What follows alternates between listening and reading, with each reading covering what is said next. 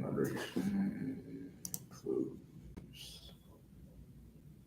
Cool beans. All right, so we are live. Man, I can't remember. It looks so bad. Let's see.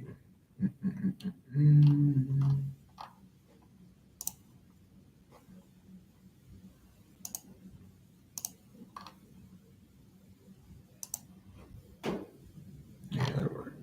Save. Okay. Dang. Yeah, this camera looks awful. All right. I guess it's also lighting too, not the best lighting. Cool.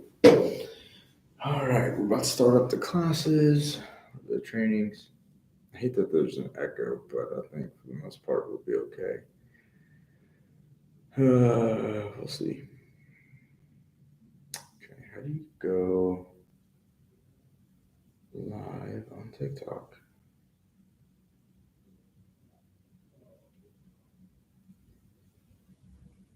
How do you?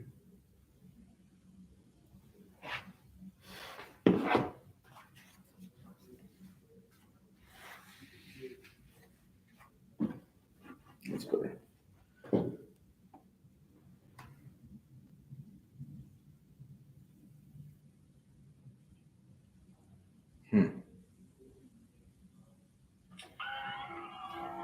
No, not what I'm looking for. Also not what I'm looking for.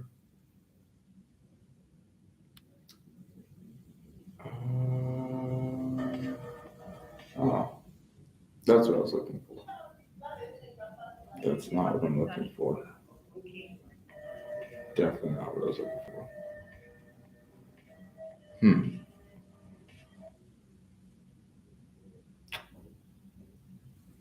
This is a question for Jalen. This is going to be a really good one. Okay, well, that's going to have to wait. All right, let's hop into it. Calendar.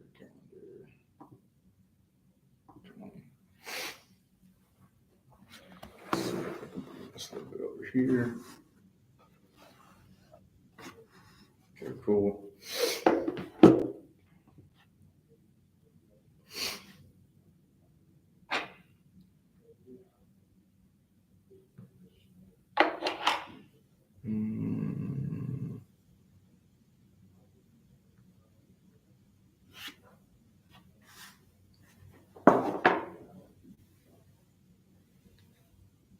Yeah, that worked.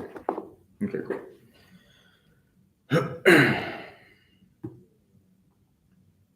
And start. Okay, there we go.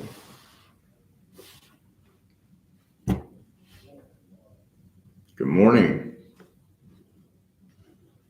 Oh man, let me see here. There we go.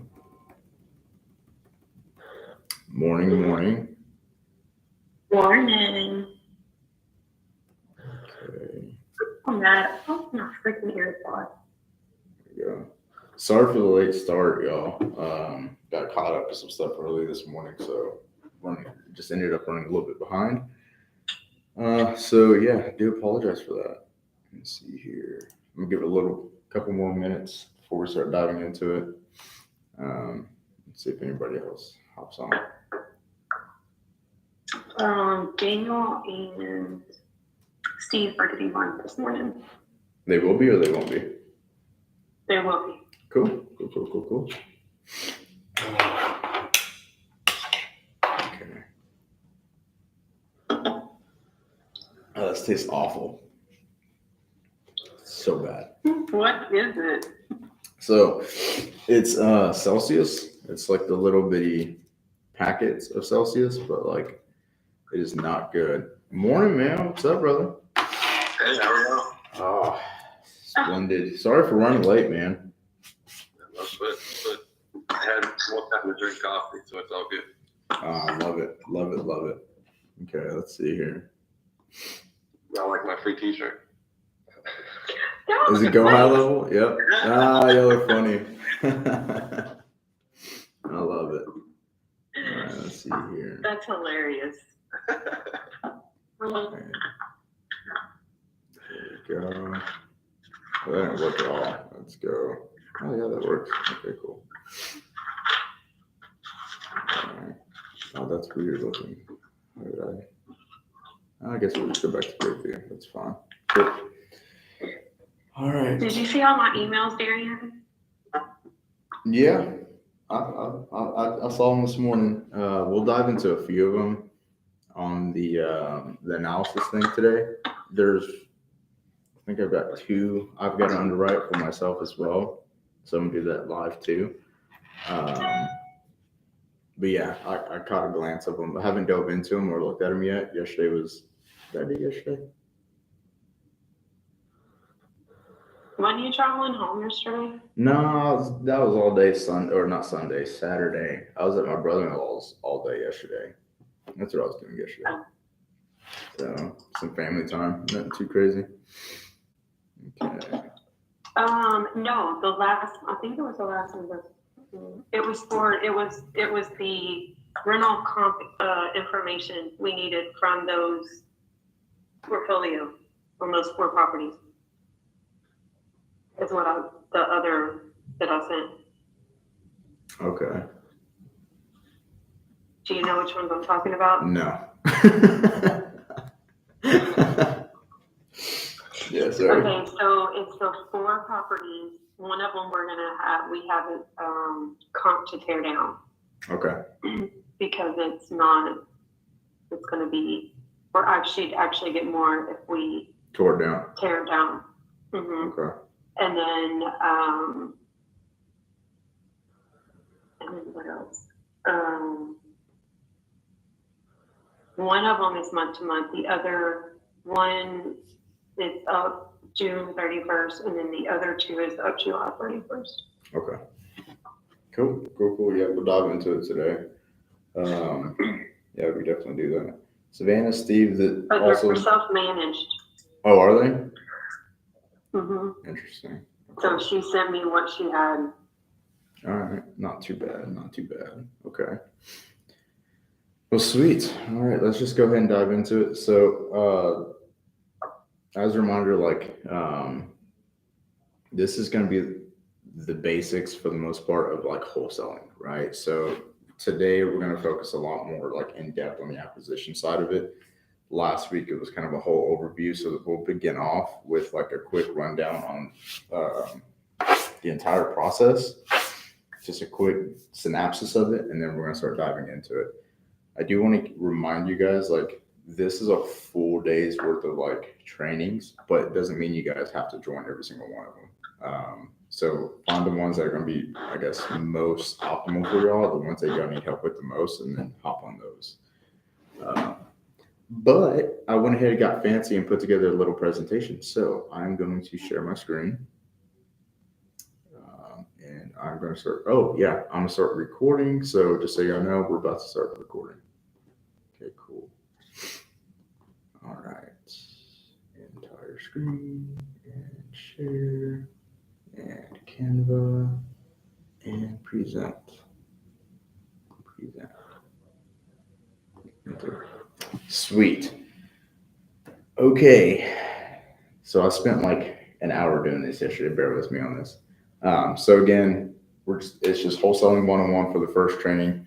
We are running late on this, so we're going to go till probably about 10:30 or so. Although I don't think it's going to take that much time to dive into this. So, let me get rid of that. Cool. Oh darn! I'm supposed to move. There we go. So basically, we're going to look over the overview of the entire acquisitions process. We're going to cover some best practices, system implementation. That's kind of needed when doing not just acquisitions, but wholesaling in general. If you want to have like a really good, solid business doing this, different lead generation and lead sources that you can start picking apart. Skip tracing, we'll cover what skip tracing is, why that's important. We'll cover leveraging your network, and then we'll just wrap everything up at the end of it. So basically, when you're wholesaling a property, the acquisition side of it is you find a property that's distressed, or you find a homeowner that's in a distressed situation, either or. You connect with that homeowner, you discover what problems that they have, you kind of listen to their story, everything going on in their world to figure out, one, what's going on, and two, is there really anything that you can do to truly provide them a service? So those are the things that we want to look for. And then from there, if there's an actual service that we can provide based off of the feedback they've given us, based off of that conversation that we've had with them, then we can start looking at negotiating an actual and putting a purchase and sell agreement together with terms that are actually going to be important for them, that keep their best interests in mind. And then from there, once we have that agreement put together at the very end of it, if it's something that they want to move forward with, then we get the property under contract because they essentially just authorize the agreement for us. Now, once this property is under contract, that's when Texas realizes or recognizes that we have equitable interest in that property. So from there, that's when we find an investor-friendly title company, we open up escrow, and we get the ball rolling. So that's essentially acquisitions in a nutshell. So some best practices: one, you want to understand the market that you're going into. If you're doing it just here in Texas, we're in DFW, Houston, San Antonio, and Austin.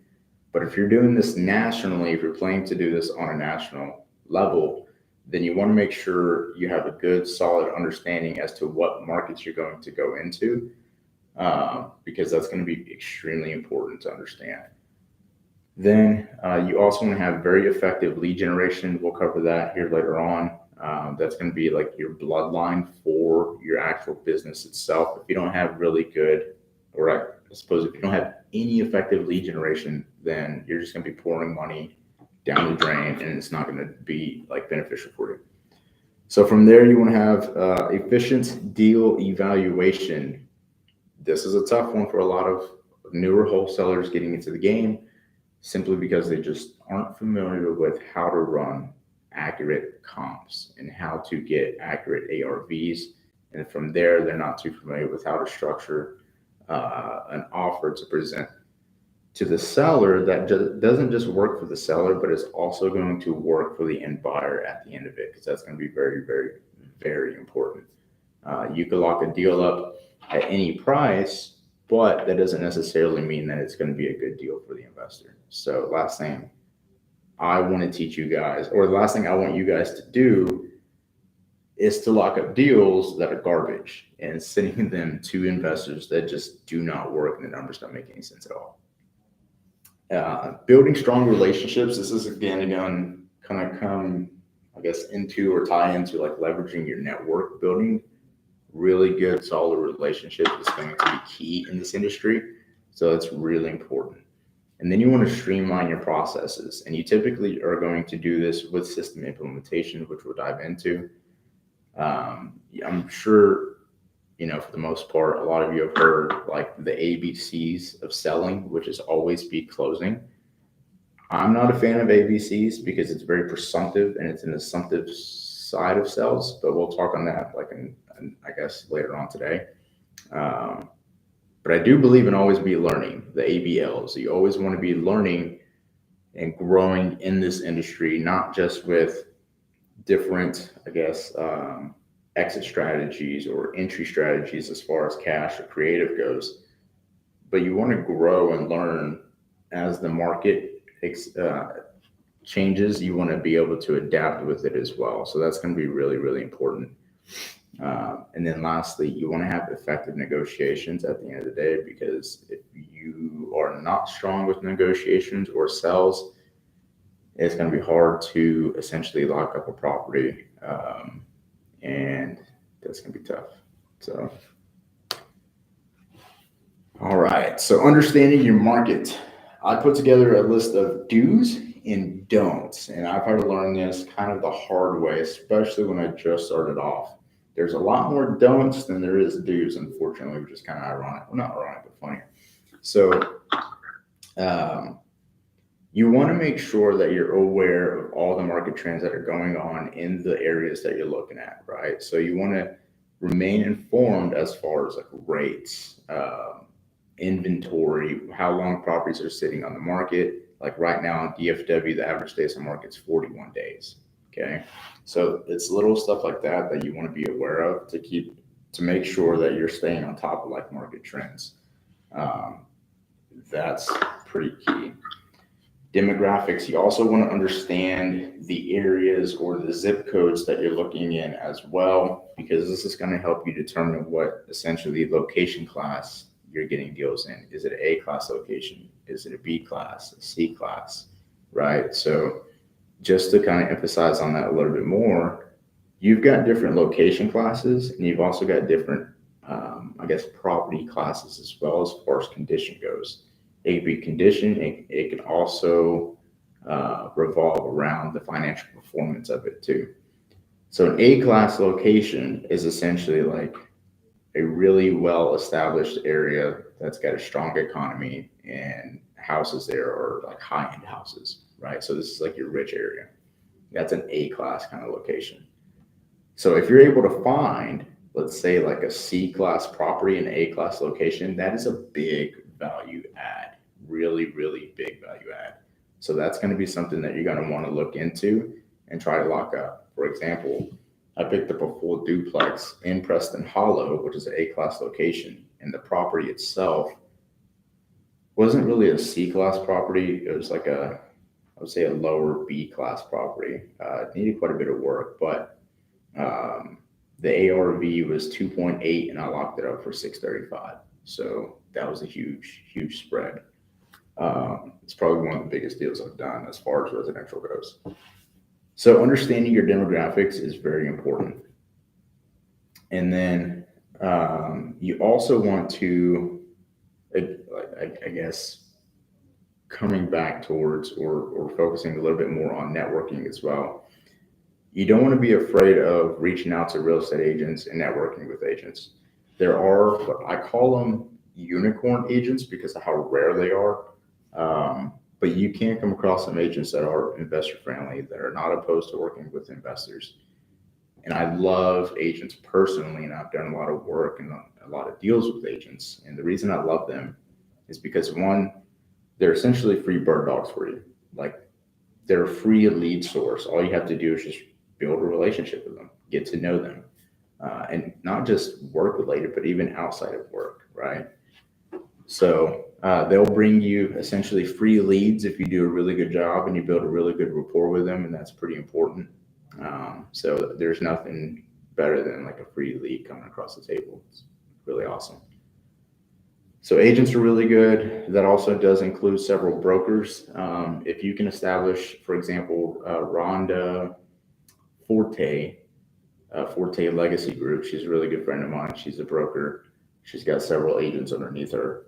Was able to build up a really good, solid relationship with her. And because of that, I was able to then essentially train like her agents to help them become like unicorn agents. So building relationships, not just with agents, but also with brokers is going to really kind of pay off. Networking with other investors and other wholesalers, that's also going to be really important. You never want to just shoot yourself shy. I think that's kind of a big mistake I made. Was I was doing all these deals, but they were all like direct to seller. And if it wasn't direct to seller, it was usually from an agent. So I didn't have a really big, I guess, network. I knew a lot of wholesalers, but I never really networked with them on that level. And so that's one big thing like I would change is networking with more wholesalers, building that up and actually doing more deals with them because that's going to be really, really vital as well. Now, some don'ts. Some don'ts. Okay. Having historical data when you're looking at comps is really, really great. So typically when you're running comps, I like to look at 90 days to 180 days. I'm not a big fan of going past 180 days because a lot has changed from like 6 months ago until now, or I guess past 6 months ago. So 6 months ago to like 12 months ago, a lot has changed in comparison as today. So typically when I run comps, I like to stay within 180. Now, unless I'm not getting any really good comp data, then I will go out to like like 365. But the numbers that I'm seeing there, I take with a grain of salt. I take it into consideration. And typically, if I'm looking at, like, let's say we got 4 properties that come in around like 270 to 280, a safe assumption would be like 275 would be great for the ARV. But because, these properties sold almost a full year ago, I'm not going to consider 275 as the ARV. I'd probably come in lower at about 265, 260, just to be a little bit more conservative with those numbers. So don't necessarily rely on the historical data so heavily if you have to go that far back. Now, if I have 4 or 5 properties that sold within the last 90 days that are between 270 and 280, then I have a solid ARV between 270 and 280. So I'll probably put it at like 275. So there is that.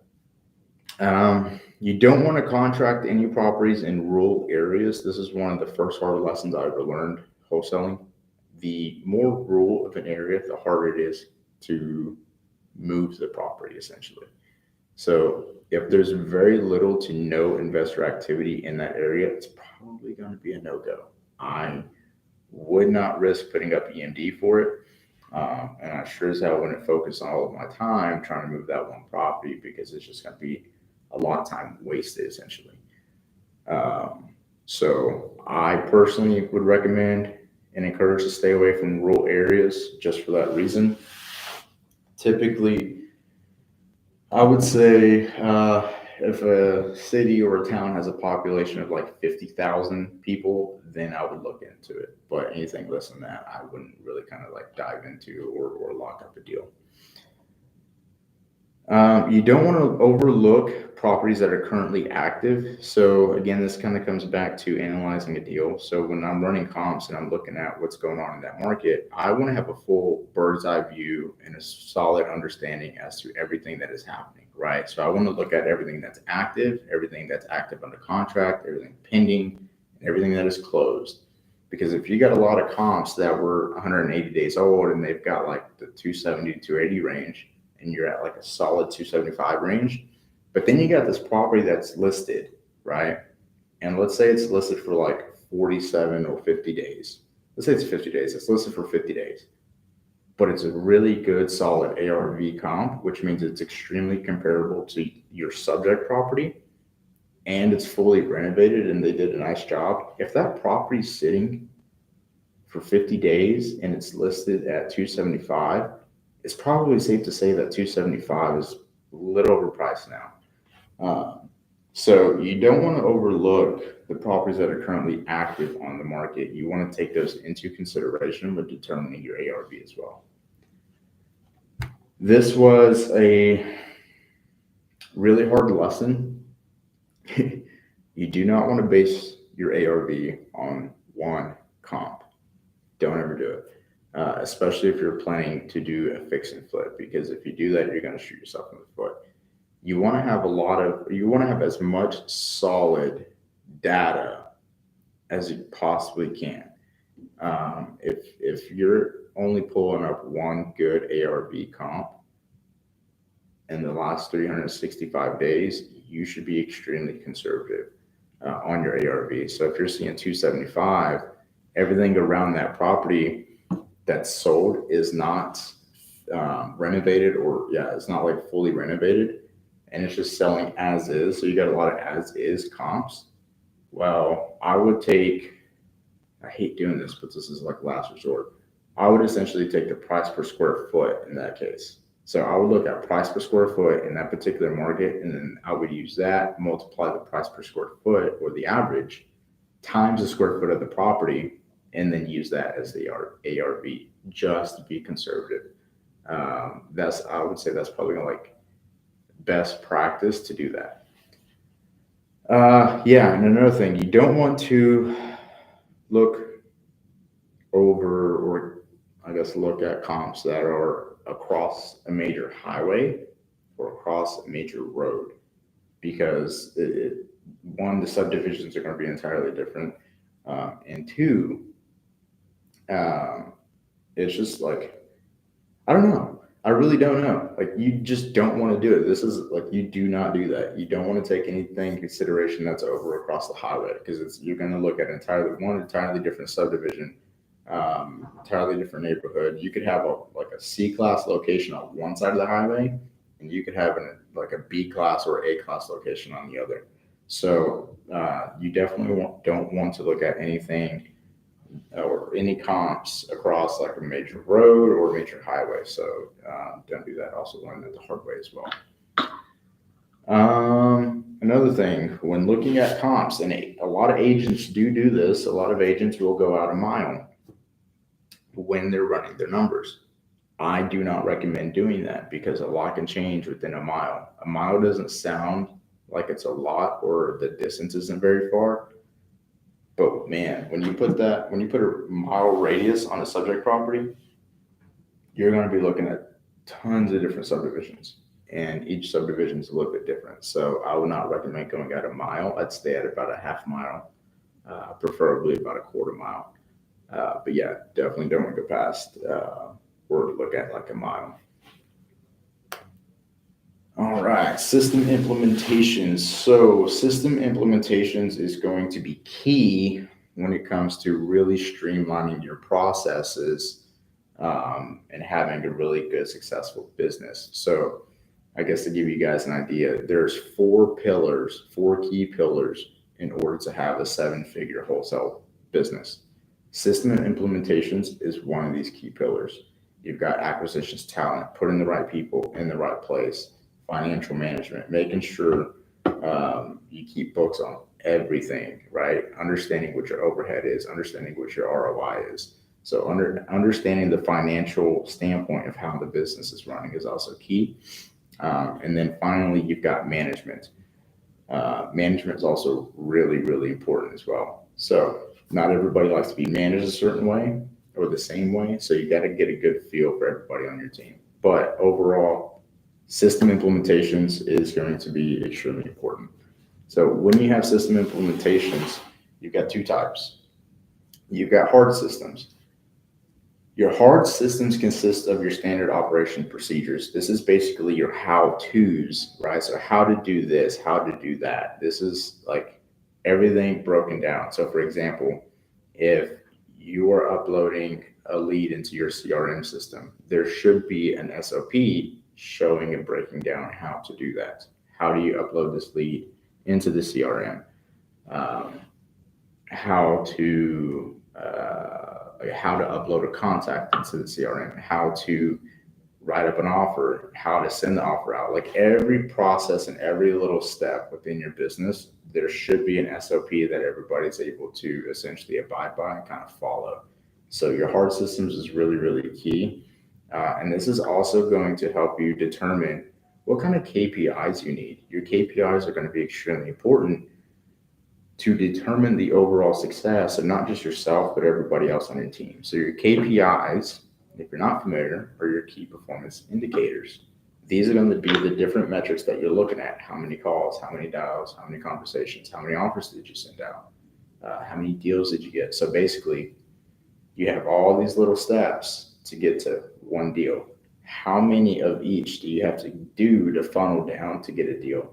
So that's going to help you determine your average numbers per metric to get a deal. So having KPIs is really important. It's really important because it's also going to allow you to look at how you're performing and essentially hold yourself accountable. So having extreme ownership in doing your KPIs is like vital for doing this successfully and doing this consistently. You can get a deal once a month and be okay. But I think one of the big things a lot of newer wholesalers struggle with in this industry is having consistency of getting deals locked up. But if you understand how to use KPIs and you hold yourself accountable to those KPIs, that'll help you remain consistent throughout the entire process and consistently get deals. Your soft systems. Your soft system basically includes every little thing that you need to get your daily tasks done. This is going to be your CRM. This is going to be task management. It could be like a net 10 listing if you're looking at EOS systems. Your workflow automation like Zapier, webhooks, like these are really, really great tools. Time management techniques. So this is like if you're breaking down, utilizing your calendar to really break down time blocks and sticking to those time blocks. Then you got like collaboration tools, Microsoft Teams, Google, Slack, so on and so forth. Document management systems, which kind of can tie into your CRM as well. But you could use like DocuSign, Panda Docs, Adobe. Adobe's really good as well. And then continuous improvement processes. So this is essentially where you can send out service to anybody on your team. You can look at, okay, this is working, this is not working, how can we improve it? So you're getting constant feedback. So those are essentially your soft systems that are going to be really important in order for you to get like your daily tasks done and to remain effective and also efficient. Now we're getting into like the nitty gritty. So you got lead gen. When it comes to lead generation, there's tons of different things that you can do to start looking at prospects. You've got direct mailers. I'm not a big fan of direct mail campaigns, and the only reason for it is because it is extremely costly and it's got a very little return. So you could spend $1,400, $1,500, hell, 10 grand on one campaign, and you might get a lead and you might not get a lead. I think I've gotten more calls to get cussed out than anything by direct mail than I've actually gotten leads from it. So not a big fan of it personally, but if it works for you, perfect. You got cold calling. You can do cold calling in a lot of different ways. You can hire a VA to do it, or you can create a list that look at like absentee owners, properties going through probate, distressed properties, high equity, low equity if you're doing like sub 2. Like there's a lot of different list sources that you can pull. And once you get these lists of all these properties, you can do one of two things. You can skip trace them all for free by yourself, which is going to take a long time, or you can send it to a third-party skip trace service. Once you do that, they'll send you back an Excel sheet with all the numbers and emails that they could find for the properties that are, I guess, related to it. And from there, you can essentially take that, plug it into a dialer, and just knock it all out. Cold calls. You can have like 4 lines ringing at once, so you can just like start flushing through it. And then you call these sellers up. So that's cold calling. You've got driving for dollars. This is something that I still do on a daily basis, but I don't actively go out and do it. I drive for dollars as I'm driving to wherever it is that I need to go. So, for example, going to my brother-in-law's house, or going to my uncle's house, or my wife's uncle's house. Wherever it is that I'm driving, I'm constantly looking at properties. And, excuse me, if I see something that's distressed, then I'll notate that, I'll notate the property. Like I'll take note of the property and I'll skip trace it later and get a hold of that, or try to get a hold of that seller for it. So driving for dollars is really good, and you can use batch leads, and you can use, there's another one that I used quite a bit. I can't remember. I have to look at it. I can't remember. But driving for dollars is a good one. Then you got bandit signs. Bandit signs are the little signs on the side of the road that say, "We buy houses." So fun fact, a bandit sign is actually how I got my first deal within learning this industry. So 2 weeks of learning about wholesaling, I locked up my first deal using a bandit sign. And it wasn't anything fancy. I literally took a piece of cardboard paper and a marker and wrote, "I buy houses cash," put my number on it, got some zip ties, zip tied it to stop signs around town. And I got leads from it. I didn't just get my first deal out of it, but I got multiple people calling me about selling properties, and I had no idea what the hell I was doing, but I thought it was so awesome. And then when I actually contracted that first property, man, that was an adrenaline. So that was really cool. But that's essentially what bandit signs are. All right, so you got This is probably my favorite. You've got online marketing. So you can use SEO, which is search engine optimization. This is essentially what is going to rank your website on Google. So SEO is pretty important if you have a website and you're doing like online marketing. Pay-per-click PPC. This is Google Ads. I've heard really good stories about it, but I've never had a lot of success with it, like at all. So, like for example, the last group I was with, we ended up putting like 12 grand in PPC and got 3 leads, 2 of them from other wholesalers, and one of them was like a bot and just made no sense at all. So it was like 12 grand down the drain, didn't work. The wholesale leads probably could have worked, but they were trash, so didn't work. And then you got social media marketing such as Facebook. Facebook is like my go-to. I love using Facebook marketing. And then from Facebook, because Facebook or Meta now owns Instagram, you can actually use the business manager associated with Facebook and market straight to Instagram from that. So Facebook marketing is really, really great. You can use LinkedIn for marketing, but it's a little bit more tough utilizing LinkedIn because for the most part, LinkedIn's used for businesses. So if you're doing like B2B, then that'd be great. B2B is business to business. So if you're selling a service to another business, then that would be great. But LinkedIn does work, believe it or not. I skip traced a owner for a self-storage facility out of Mansfield on LinkedIn, messaged him. Turned out he had a portfolio of 10 facilities, and he was open to selling them. So he wanted 45 million for all 10 facilities, and I generated an offer for 32.9. So, and I did that in less than 2 weeks. It blew my mind. And that all came from LinkedIn. So LinkedIn does work. Networking. So networking, again, kind of ties back into what we were talking about earlier. This is building really good, solid relationships with a lot of different people in this industry. Agents, brokers, wholesalers. Like you want to really build a good relationship with these individuals.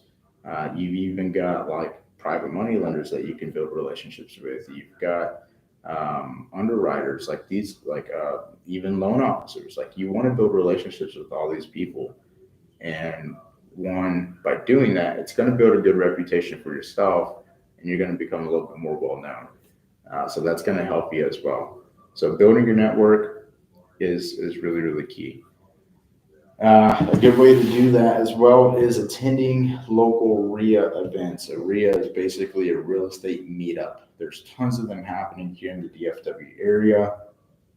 There's one that happens on a weekly basis that is stemming from a wholesaling company. So attending these events, networking with people there, key. And then you've also kind of tying back to online marketing, you got your website and your SEO. So having a website is also really important, and having like a contact form or a landing page, whatever it is, having a website is important. And that again will tie into your SEO. So just making sure that your overall meta tags, your meta descriptions, your heading types, your keywords are all like up to par on your website, because that's going to determine where it's going to rank on Google and how well it's going to rank. So also key. Then you've got the MLS if you have access to it. If you don't have access to it, you've got Zillow. So you can go to Zillow and see all the properties that are currently listed on there as well. But utilizing the MLS is really, really, really good. And I think that's where a lot of wholesalers kind of miss out on, is they don't focus so heavily on the MLS and they try to find all these properties off market. But when you find a property on the MLS, it tells you what? It tells you, one, that seller's for sure wanting to sell that property. Otherwise, they wouldn't have listed it. So there's that. So there's motivation already. And secondly, if you could find a property that's been sitting for over 60 days, 70 days, 80 days, well, the likelihood of that seller kind of wanting to move on it and there being a little bit more urgency kind of goes up a little bit. So there's that as well. So MLS is a really, really good tool. And again, if you don't have it, you can find properties that are currently listed for sale on the MLS utilizing Zillow. You've got auctions. I've never been a big fan of the auctions. There's a guy in San Antonio that goes every single Tuesday and he's locking up properties like crazy. He's a solid dude, love him, got nothing but a lot of respect and a lot of love for the guy. But that's like his go-to every single week, and he generates a lot of deals just out of the auctions.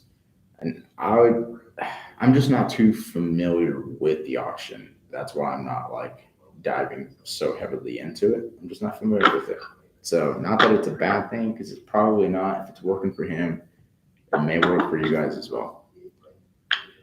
Referral programs. This is essentially like if you do a deal direct to seller and you close on it and you build a really good rapport with that seller and you help them achieve their goals, and you tell them at the end of it, like, hey, if you know anybody else that's looking to sell their property and you recommend them to me and we're able to close and I can help them out, then I'll pay you X amount of money for it as a referral. So that's essentially what a referral program is. You can do it not just with direct to seller, you can do it with agents, you could do it with other wholesalers, you can do it with friends, family, just about anybody. Social media and online marketplaces. So Facebook, believe it or not, Facebook Marketplace is an interesting way to generate a lead. And I've actually closed a few properties that were listed on the Facebook Marketplace. Some of them were from other wholesalers and some of them were direct to seller. So utilizing those or utilizing Facebook Marketplace actually helps. Here's another weird one: OfferUp. Really strange. You can get deals from OfferUp, believe it or not. That's a really good tool. And then you can also look at Zillow for sell by owner. That's another really good one as well. I've locked up a few deals and closed a few deals from FISBOs that were on Zillow. Craigslist, I've never been. You can use it, but I've never had luck, man. Every property I've ever dealt with on Craigslist always turned out to be New Western every single time. They like bombard Craigslist on a daily basis with their posting all day, every day. It's insane. Then you got email marketing. You can do email marketing. There's nothing wrong with it. The only thing is you've got to have you essentially have to build up a network to add to your, I guess, email campaigns in order to send campaigns out to. So that's also going to be kind of important as well. And then partnering with local businesses. So you can do this with probate attorneys. You can do this with real estate attorneys. You can do this with, this is going to sound terrible, but it's true. You can do this with funeral homes. Funeral homes, believe it or not, are a good source of partnership. So any other type of business you could think of where there's some form of real estate that is related, I would definitely recommend reaching out to them and trying to establish some kind of partnership or even a referral program with them for any of these that they come or they have come again. So these are different ways to generate leads. Now, skip tracing. I don't know if y'all know this, but skip tracing actually stems from the phrase of like skipping town, of somebody just skipping town, right? Like, oh man, they're leaving. And now because they left, you have no way of figuring out how to get a hold of them. All you have is like a property address that they used to live or a phone number that they were associated to. And then the tracing is going into like detective mode. So this is when you're like, you become a PI, which is a private investigator, just to find out where they live now or what even what their number is. So when you're skip tracing people, you can do it for free as an intervention, but you got to do it one at a time. And there's a lot of different ways to do this, but you can search somebody on truepeoplesearch.com. You can skip trace somebody by their name. If you have the address of the property, which 9 times out of 10 you will, or if you have their phone number. So these are 3 ways you can skip trace somebody on TruePeopleSearch.com to find out any relevant information such as emails, phone numbers, or mailing addresses. And then you can call those numbers, cold calling, to reach out and see if they're ever considered possibly parting ways with their property. So that's essentially what skip tracing is. And then you got third-party skip tracing services, and there's tons out there, like tons and tons and tons out there. But it can get costly. So, and not all of them are good. Yeah, not all of them are really good. You're going to have a lot of hits and you're going to have a lot of misses. So you just want to find one that's going to be pretty consistent as far as showing actual production. All right, let's see. Okay, well, the last one, it didn't show up. It's weird. The last one is essentially leveraging your network. So again, so far, everything that we have talked about as far as networking, man, I cannot emphasize enough. Like, leveraging your network is going to be really key in this industry, especially if you're just starting off and getting into it and getting your feet wet. And the reason for it is because, for example, if you have no idea what you're doing, it's fine. It's totally okay. There's nothing wrong with it. But you're going to cut your learning curve in half if you can essentially network with somebody who's been doing this for so long that is willing to answer any questions you have, bring you under their wing, teach you the ropes, guide you, navigate you, hold your hand throughout the entire process. You're going to learn a lot more. You're going to learn a lot more quickly. And you're also going to learn from the mistakes that they made. So that way you don't have to make those same mistakes. So leveraging your network is really essential in doing this business. It's not just essential, but it's also going to bring you deals as well. Like, it will bring you deals. So don't be afraid to or to network with realtors, brokers, other wholesalers, other investors, anybody that you could think of, friends, family, real estate related, anybody that's interested even in investing.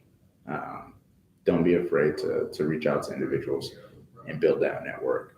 So in summary, that's pretty much covers the entire acquisitions process for the most part. So again, acquisitions is the process of, oh, look, there it goes. Where we at? There we are. So again, acquisitions is just the process of finding a distressed property or distressed homeowner, getting the property under contract, and that's pretty much it. You get the property under contract, you open escrow with title. That is acquisitions. Then that's when we start diving into the dispositions. But we'll talk about dispositions probably next week, just as we dove into this. So I want to break it down a little bit at a time. So that way it's not overwhelming. It's easy to, break down, understand, and just consume. But that's pretty much the acquisitions process. When it comes to acquisitions, you've got a lot of different things that are important. And again, lead gen is one of them. Leveraging your network is one of them. Deal analysis is like, I can't emphasize how important it is to underwrite a property correctly. I think that's something a lot of newer wholesalers struggle with now, is underwriting properties that actually make sense. So if you send me, for example, this was actually pretty bad. I had a wholesaler send me a lead that was listed for 107 and he's offering it to me at 105. Love it. Thanks, man. I appreciate your $2,000 discount. I love it. Love it, dude. Killing me. You're killing me, Smalls. Damn it. So don't be that wholesaler. You don't want to be that wholesaler. So I can tell you now, I have not done business with the guy. It's for that reason. So don't want to do that. If you can get a deal locked up on the MLS, you want to have at least, like, I'd say anywhere from a minimum of a 10K discount, at least a difference between $10,000. So that takes a little bit of negotiation work out of the game for the investor at the end of the day. So that might be a little bit more beneficial. And that I would probably look at as well. So that's pretty much it. Do y'all have any questions, or is there anything, I guess, anything else I can emphasize on or dive into? I got something for you, man. Some of these folks, some of these wholesalers seem to want to daisy chain some stuff. I've never been a huge fan of it, but I'd like to get your take on it, see what you think. Yeah, man. So we actually just closed on a property that had 4 assignments. Yeah. Okay. So that was probably the biggest daisy chain I think I've ever seen. It's not ideal. It's really not. But as long as, like, at the end of the day, as long as the numbers make sense on it, that's all that really kind of matters. But the problem with daisy chains, especially when you get so big like that, is the lack of control you actually really have. And that's what makes it really difficult, because you don't control the overall underwriting of the deal. You can help analyze the deal and help them break the deal down, but at the end of the day, they're the ones that that original wholesaler is the one that picked it up, analyzed it to begin with. They're the ones that structured the deal, and then it also makes negotiations really difficult as well. So I'm not a big fan of it, because it's essentially playing a game of telephone, Right. and communication overall is kind of diminished. But is it doable? It is doable as long as everybody's on the same page. So I think the best way to do like a big daisy chain in that sense is to either have everybody on a group text, do weekly calls all together, or have everybody on the same email threads, just to ensure everyone is on the same page. And it also comes down to transparency. You've got to be transparent. And it's kind of like that deal that we're looking at on, I can't remember, Corda. Yeah, Alcardo or something like that. Yeah, that Corda Valley. I think it's Corda Valley. Which kind of blew my mind, because Keegley is like one of the biggest astro flippers in the country. Like, they're huge. Right. And so to see that there's a daisy chain coming from Keegley was like, that's interesting. Yeah. Super interesting. So I'm not opposed to it, as long as there's transparency, there's effective communication, and everybody's on the same page. Okay. But it does make things a little bit more difficult. Seth, Daniel, for y'all that don't know what a daisy chain is, essentially what it is you've got multiple wholesalers in a deal. So you've got the seller, you've got the original wholesaler who has the deal locked up with that seller. Then you got another wholesaler who's like, hey, I can find your buyer. They sign an assignment contract. And then you get another wholesaler is like, hey, I'm a buyer. They sign an assignment contract, and then they bring the actual buyer on. So that's essentially a daisy chain. You just got a lot of parties involved and a lot more assignment of contracts that are in that one transaction. So that's essentially what a daisy chain is. And if you're doing a daisy chain that big, I would highly suggest having a super savvy title company. That's going to be key. Because if you have a title company that, one, has no idea what assignment contracts are, and two, you have a title, or if you have a title company that's not familiar with like daisy chains or how to handle it, you're probably going to have to find a new title company. So it's a tough one. But yeah, that was a good question, buddy. Really good question. Yeah. Anybody else have questions? Daniel, Seth, if y'all have questions, just put it in the chat, man, so I can see. Maybe we can check it out. But I think that might be it. Okay. Will, if you've got questions, man, throw it up in the chat. Let's see. So yeah, Steve, Savannah, just so you guys know, there's some high school students in this meeting, man. Nice. Right? I thought that was pretty cool.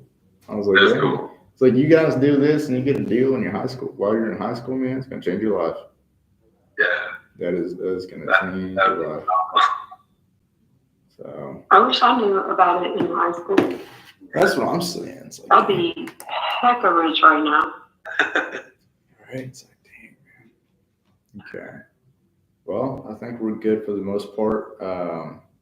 So I'm gonna hop off this call. I do gonna make a phone call for this deal. I'm gonna make sure that we get all the title information squared away, so we go ahead and deposit EMD for it.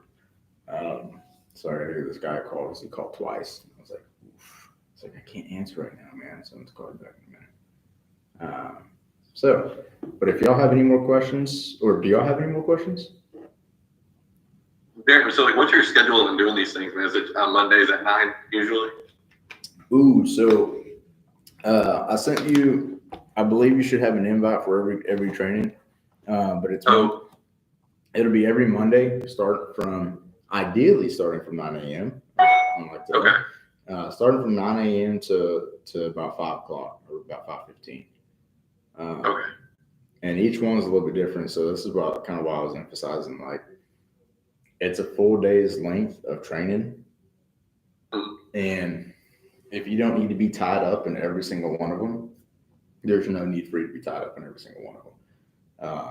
Find the ones that you believe you need the most help on, and then jump in those. And if you want to like alternate every other week, that's totally fine too.